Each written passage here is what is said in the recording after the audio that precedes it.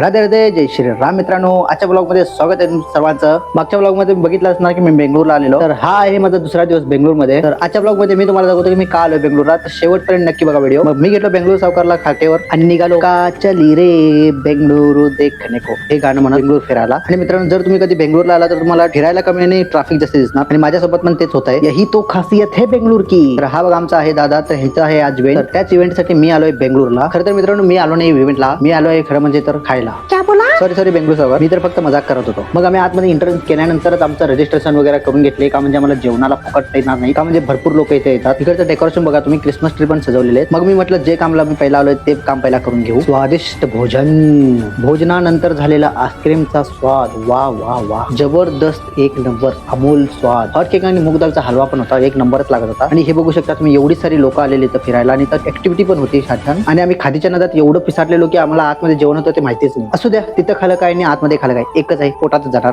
देख देख देख देख कैसा खुश हो रहा. त्यानंतर आम्ही येऊन बसलो लॉन मध्ये चिल करायला. आणि या झाडाची कटिंग बघून तर मी हक्काबक्काच झालोय. आणि या गार्डन मध्ये एक खास चीज तुम्हाला दाखवतो. सॉरी, गार्डन नाही, रिसॉर्ट आहे. इथं बघा बदक केवढे आहे. आणि इथं बघा डक हाऊस म्हणून आणि तिथं आहेत काय कबूतरच भरलेत. आणि एकदा इथं बघा कोण कोण आहे दाखवतो तुम्हाला. हे बघा कोण कोण आहे तिथं, परशा, सुब्या, आम्या, रम्या सगळे इथंच भरलेत. आणि हा बघा आमऱ्या कसा झोपलाय. आणि ह्या टीव्हीवर दाखवलं चित्र म्हणजे तुम्हाला पूर्ण रिसॉर्टचं टूर आहे. रूम्स कसे आहेत, रूमच्या आत वगैरे कसं आहे, सगळं पूत ए टू झेड सगळं ह्याच्या टीव्ही मध्ये दाखवलं त्यांच्यानी. रिसॉर्ट तर मला आवडलेलं, खरेदी करणारच होतो, पण इथे इन्व्हेस्टमेंट करून काय फायदा नाही म्हटलं आणि केलो नाही. आणि हो, माझ्या मम्मी पप्पाने मला सांगितलं की पैसे कुठं पण उडत जाऊ नको, बहुत पैसा आहे अपने पास, सिर्फ मिल नाही रहा है, कहाँ रखा है. ज्या दिवशी पैसे मिळतील त्या दिवशी भेटूया मित्रांनो. तर ह्या व्हिडिओ मध्ये एवढंच आहे. भेटूया नेक्स्ट व्हिडिओ मध्ये. राधे राधे.